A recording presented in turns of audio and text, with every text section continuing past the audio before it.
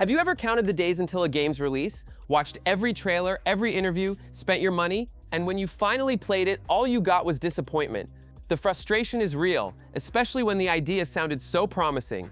Whether it's due to bugs, questionable decisions, or empty promises, some games just don't deliver. And in this list, I've gathered the worst offenders, titles that look like gold but melted in your hands. Only those truly burned by hype will understand the weight of this selection. But before we jump in, tell me what's the one game that disappointed you the most? That one that looked incredible and ended up falling apart? I'm Jax, and if you're new here, welcome to Play Hunters. If you can subscribe to help the channel grow, I'd be super grateful. From one gamer to another, no more stalling, let's get into it. Mindsey looked like it was going to be the next big open-world game, with trailers that gave off Cyberpunk 2077 meets GTA vibes. The promise was intense, futuristic action, full freedom, and a world bursting with possibility. The urban setting, the stylish characters, the pulsating soundtrack, everything got people hyped. But it all started to fall apart the moment the game launched.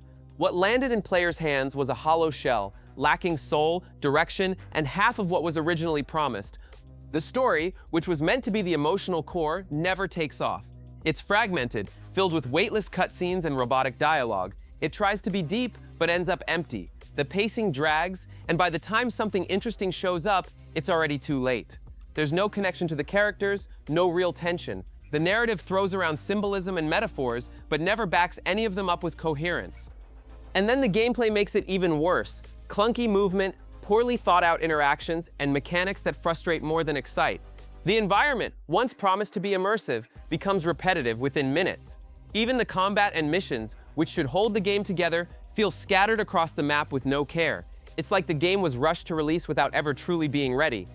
Mindsey had everything going for it. Strong concept, striking aesthetic, and comparisons to market giants that raised expectations through the roof.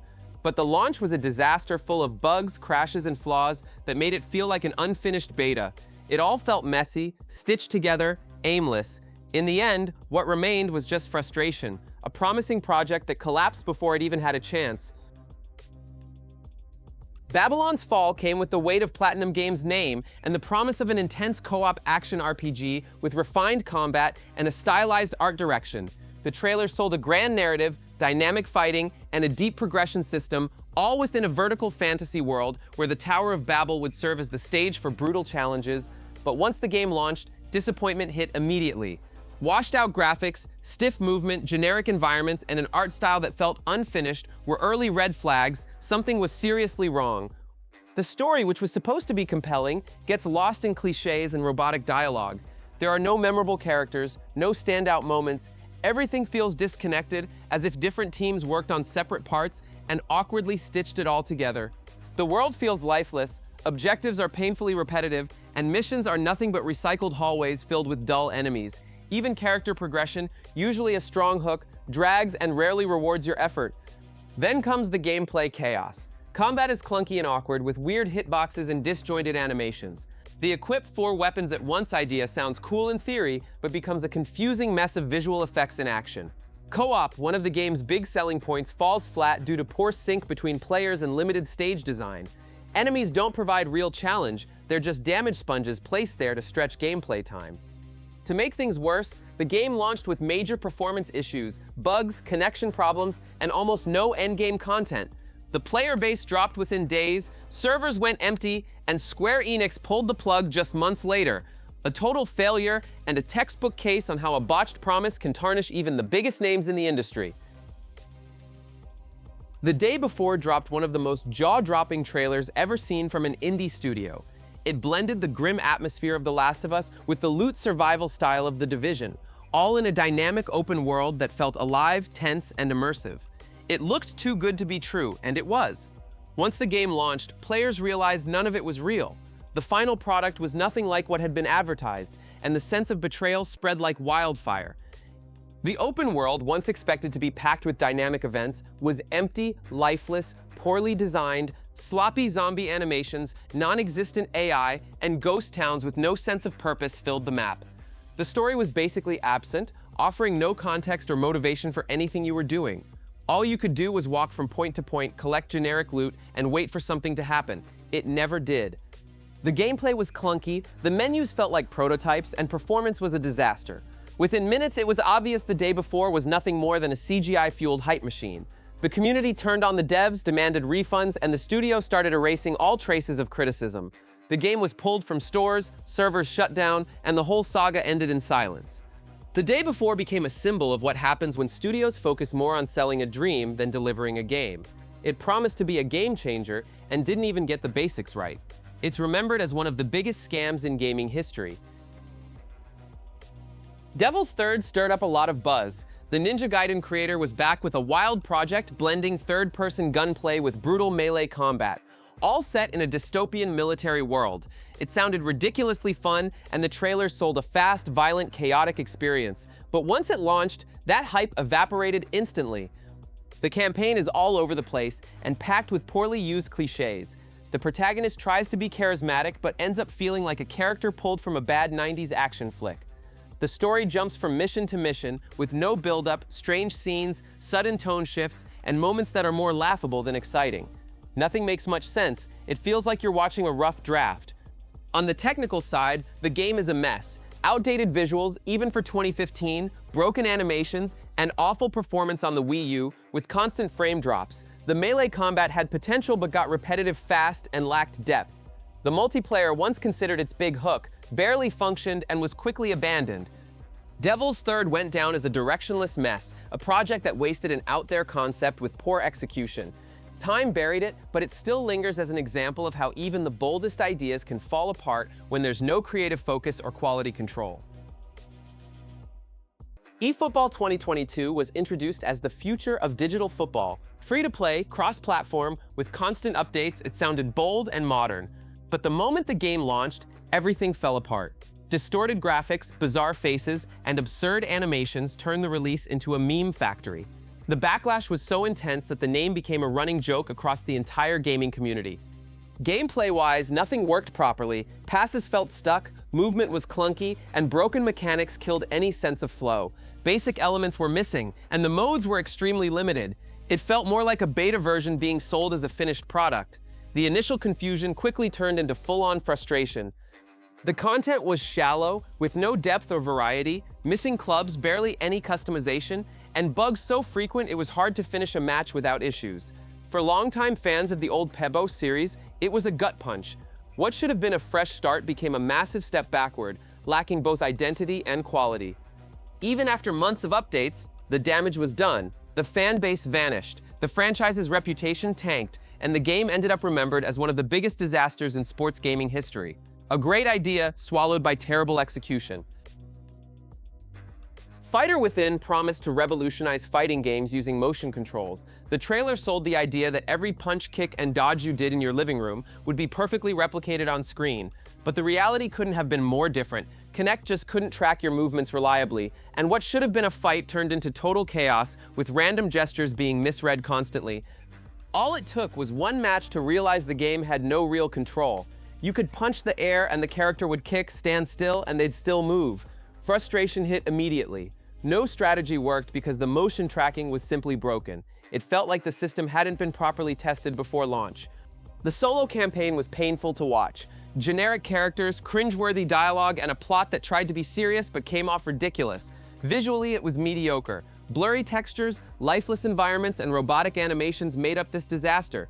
And since Kinect forced you to stand the whole time, physical exhaustion kicked in before any fun did. The result was a complete failure. Instead of showcasing motion control potential, Fighter Within just exposed its flaws. It became synonymous with frustration and is still remembered as one of the worst launch titles of any console generation. A game that tried to innovate and failed at every level. Concord showed up with a charming trailer, stylized characters, and a sci-fi world that seemed promising. Expectations were high. People thought it could be a new kind of multiplayer game with personality and a fresh vibe, but once gameplay was revealed, the illusion broke. It looked like a generic mashup of everything we've already seen. Nothing surprised, nothing thrilled. Gameplay showed bland maps, weightless shooting, and heroes with forgettable abilities. It felt like watching an Overwatch clone with a dash of Guardians of the Galaxy minus the soul. The visuals tried to pop but had no identity. Each character looked like a mix of cliches. What seemed vibrant in trailers turned out hollow in-game. Things got worse when people realized how outdated the concept felt. An online hero shooter with no narrative depth, dropping in an era where the hype for that genre had long faded. No innovation, no real context, no reason to care. Even the team mechanics lacked synergy. It was just another face in the crowd. Concord was rejected before it even hit the shelves. The negative impact from early videos proved that flashy graphics and quirky names aren't enough. You need substance. In this case, the marketing built a hype the game itself couldn't carry. Both the game and the studio faded faster than anyone could have predicted. Funko Fusion came in with a bold pitch merge, dozens of iconic franchises like Jurassic World, The Thing, and Chucky, into a co-op action game with bobble-headed figures. The idea sounded fun. Mixing humor, nostalgia, and light combat with a pop culture vibe could have created something unique.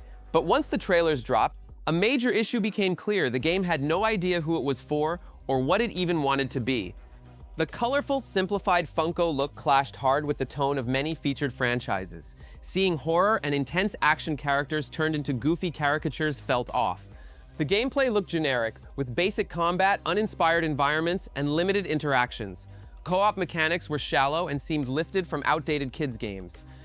The core appeal, jumping between beloved worlds, got buried under forced jokes and stiff pacing. The humor felt overdone, and the cutscenes leaned more toward cringe than charm. Even longtime fans of the original franchises struggled to connect. Nothing had real weight or meaning. It all felt sanitized and hollowed out to fit the Funko mold. Funko Fusion ended up as a huge missed opportunity. A game that could have been a fun sandbox of iconic crossovers, but instead got stuck in a bland and kiddified formula. What sounded cool on paper didn't work as a tribute or as a game. Mafia 3 came in with a powerful historical setup, a southern US-inspired city in the 1960s, institutional racism, organized crime, and a thirst for revenge. The setting was bold, and the story aimed to tackle heavy themes head-on. But the game stumbled hard where it mattered most: execution. Despite a strong premise, it couldn't hold the impact. The map was large but repetitive. Missions quickly became copies of each other: go to spot X, kill enemies, collect resources, repeat. The progression system slowed the pace and turned a heavy-hitting story into a grind. Its promise of cinematic narrative was lost in mechanical objectives and stiff dialogue. The repetition wore you down well before the credits rolled. Technically, the issues were impossible to ignore. Constant bugs, broken AI, textures that wouldn't load, and performance drops all chipped away at immersion. The combat had good ideas, but the delivery was shaky. The soundtrack was top-notch, but it couldn't carry the whole thing. Despite its compelling story, the game felt more like a draft than a finished product. Mafia 3 had all the ingredients to be a generational classic. The backdrop was unique, and the narrative ambitions were daring. But lack of polish and mechanical repetition buried the potential. A game with soul, but no steady hand. Starfield was hyped as Skyrim in space, a vast universe full of planets to explore, rival factions, total freedom, and branching stories. Bethesda pitched it as a massive RPG, with over 1,000 planets and endless exploration. But once the controller was in hand, reality set in. That promised vastness was there, but it felt empty, bland, and disconnected. Most planets had nothing but auto-generated terrain. Landings happened through loading screens, space travel was overly simplified, and the exploration felt cold. Cities had life, but compared to the rest of the universe, it all felt unbalanced. It lacked soul, lacked context, and most of all, lacked real consequences for your choices. The main story tried to touch on existential themes, but ended up feeling generic. Missions boiled down to A to B errands with dull dialogue and choices that barely changed anything. Progress was blocked by odd limitations, and even though combat was improved from past Bethesda games, it still didn't shine. Many systems felt like they existed out of obligation, not purpose. Starfield is massive, but forgettable. It's not bad, but it doesn't deliver the epic it promised. The obsession with quantity killed the quality, and the game became a reminder that ambition without focus can lead to an entire universe, with nothing to actually do. Marvel's Avengers launched with the promise of being the ultimate Avengers game. A charismatic cast, real-time combat, hero progression, and an original story. The hype was through the roof. But when it finally dropped, reality hit hard. The visuals felt off, the characters didn't resemble the movie actors, and the story that was supposed to carry emotion ended up dragging with no real punch. One of the biggest issues was the repetitive gameplay, recycled missions, enemies with no challenge, and objectives that barely changed made everything feel like work, not fun. The loot system was messy, with gear that had no real impact on the hero's appearance. The promise of regular content updates ran into weak drops, delays, and a serious lack of variety. It all revolved around a tiring grind that killed any sense of real progress. Technically, it didn't hold up either. Bugs, crashes, and disconnects constantly disrupted gameplay, especially in co-op. The solo mode tried to focus on the story but was short and lacked spark. The heavy presence of microtransactions made it clear the focus was on service, not the player. It lacked soul. Every system felt like it was pretending to be part of something bigger, but never quite delivered. Over time, updates tried to steer the game back on track, but interest had already faded. The project sank and was shut down not long after. It was an Avengers game that never made you feel like a hero, just another cog in a poorly planned system. Forspoken looked like it had everything we need: a narrative focus, open-world magic, and cutting-edge graphics. The lead character jumped across beautiful landscapes, cast flashy spells, and chatted with a talking bracelet. But once it hit the public, disappointment set in fast. Forced dialogue and unnatural character interactions made it hard to connect from the very start. The world, which should have been full of wonder, felt hollow. Ethea's vastness hid generic activities, lifeless dungeons, and repetitive events. The magical parkour was fun at first, but quickly wore thin due to a lack of depth or variation. Combat mechanics burned out early, with spells that looked different but ended up feeling like button mashing until everything dropped. Story-wise, it aimed for an emotional character arc, but landed on something predictable and weightless. The villains lacked presence, and the twists felt thrown in just to shake things up. The humor was misplaced, and the writing often felt like unintentional parody. It was a game trying to sound hip and fresh, but came off unsure of its own identity. Forspoken had potential. It had ideas, but poor choices from script to design turned a promising new franchise into something forgettable. It's the kind of game you finish wondering what could have been if there had been more time, more focus, and a story truer to its own ambitions. Assassin's Creed Mirage was pitched as a return to the series' roots: a smaller world, stealth-focused gameplay, classic parkour, and traditional assassination missions. Trailers promised nostalgia, tighter gameplay, and a more focused story, but once you played it, it felt overly simplified. Not like a return, more like a scaled-down version, missing the ambition.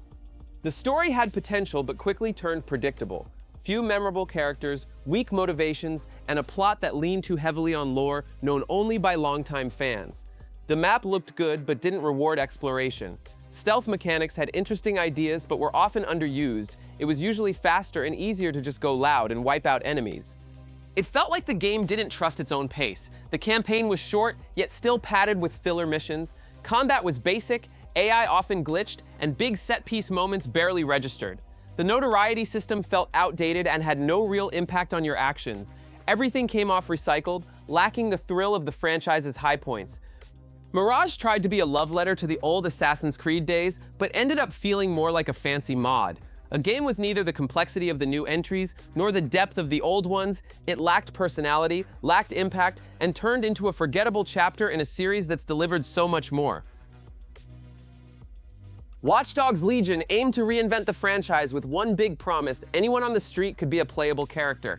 It was a bold, ambitious idea, sold as a genre revolution, but the impact faded within hours. Characters felt like soulless robots, with generic voices and AI-generated personalities. You could recruit anyone, but no one actually mattered in the story.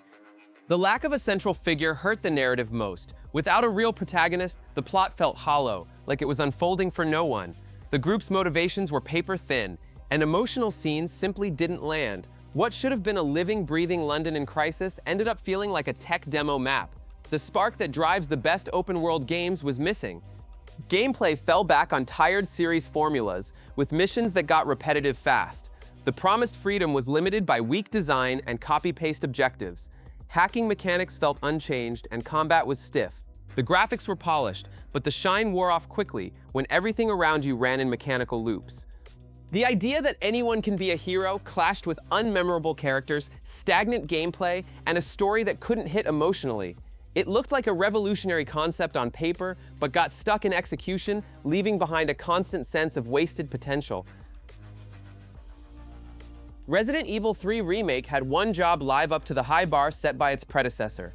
The trailers were exciting, the ruined city looked intense, and Nemesis was hyped as an unstoppable threat. But what players got was a short campaign, with cut content and creative decisions that let even the most hopeful fans down. Whole areas were removed, and the fast-paced structure left no room for atmosphere to build. Nemesis appeared in scripted, predictable moments. The terrifying figure once known for constant pressure felt more like a standard boss, predictable and neutered. Scenes that should have brought panic flew by with little weight, and the story too suffered from the rush. The gameplay was solid, but felt lifted straight from the previous remake. Few new features were added, and the linear levels stripped away the fun of exploring. Replay value, key for shorter games, was weak due to the lack of alternate content. The absence of elaborate puzzles and meaningful choices lowered engagement. It was polished, fast, and flashy, but forgettable.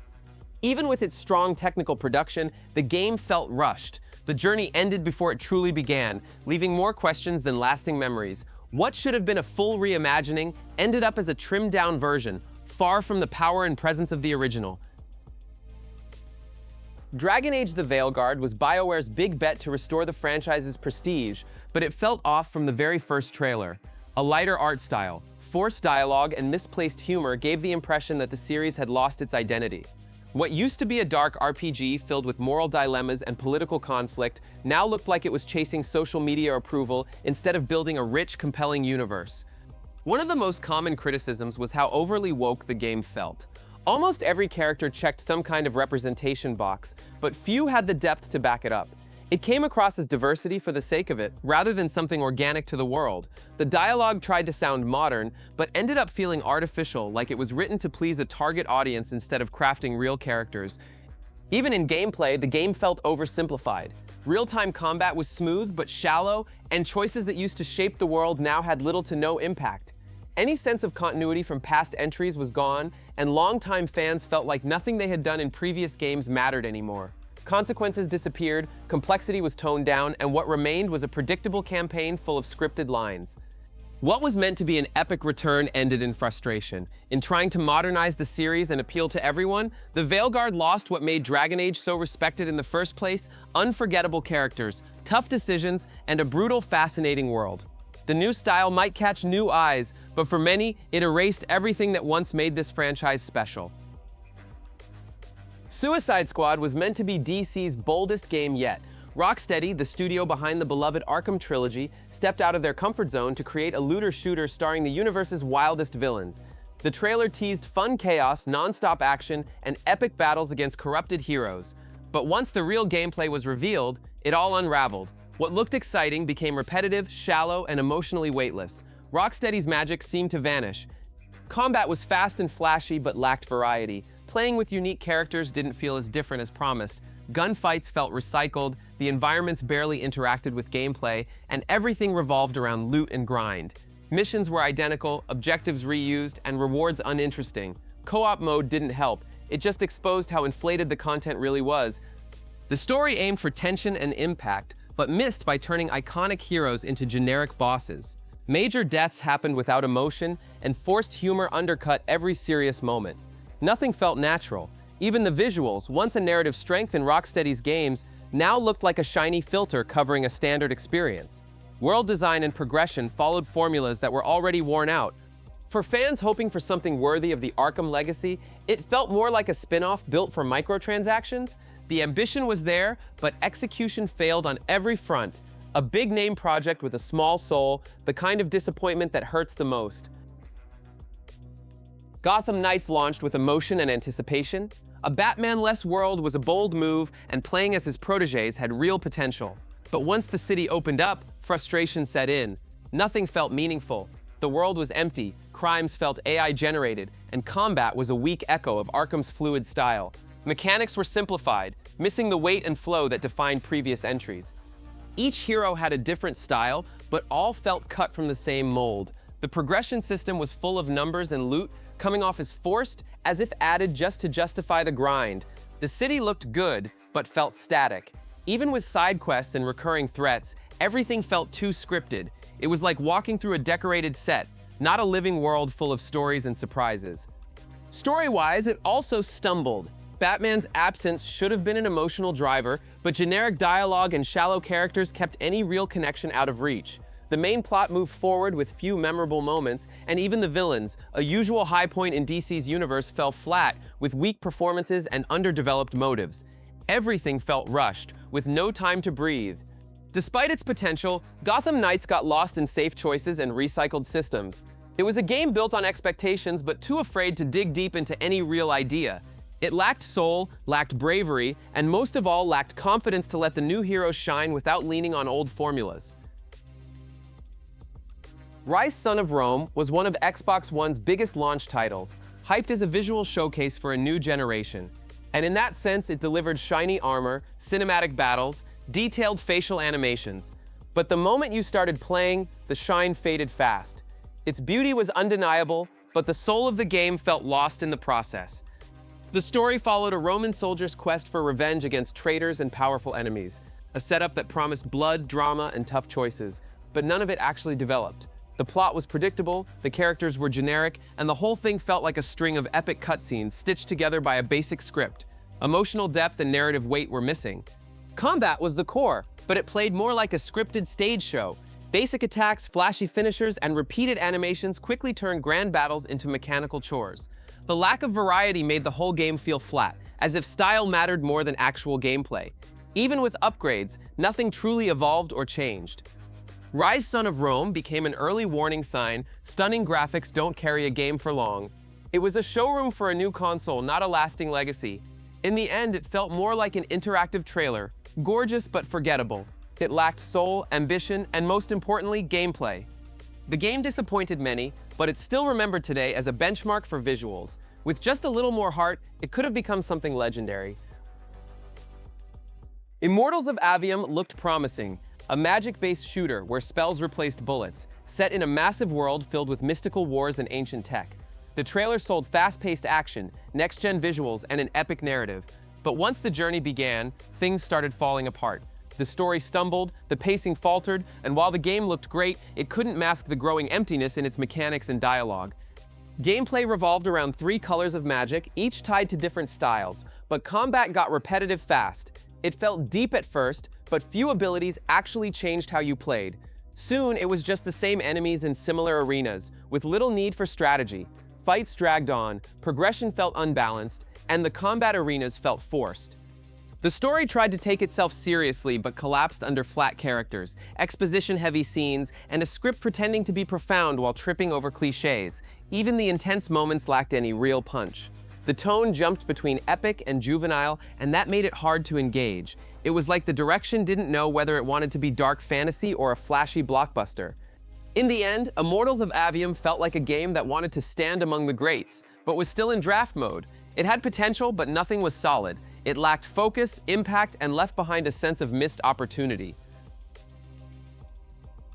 The Order 1886 was marketed as one of the most cinematic games ever made. Set in an alternate London full of werewolves, Templars, and steampunk tech, it impressed in trailers and early moments. But soon reality hit. What looked like an action epic was more of a guided tour, where you watched more than you played. Control was constantly taken away, and when you got it back, you mostly walked or shot in straight lines. The story started with intrigue and secrets, but never went deeper. Characters had potential but were lost in a plot that sped through and ended before resolving anything. There was no climax, no real development. It felt like playing a prologue to something bigger that never came. Even the werewolves, meant to be recurring threats, showed up rarely and always the same way. Combat, while stylish, was basic. Visually impressive weapons offered little gameplay variety, and gunfights felt robotic. Movement was sluggish, level design was restrictive, and QuickTime events were overused. With each new scene, there was more watching, less playing. And just as the story started getting interesting, credits rolled. The Order 1886 was beautiful to look at, but empty to play. A classic case of visual ambition swallowing the heart of the project. It aimed to be a milestone in cinematic gaming, but ended up remembered as one of the most stunning wastes of potential of its generation. If you liked the video, go ahead and subscribe so you don't miss anything new. Now tell me in the comments, what was the last game that really let you down? And if you're ready to move past the disappointment, check out our video on the best upcoming fighting games that one's guaranteed to hype you up for real. Big hug, enjoy your game, and see you tomorrow.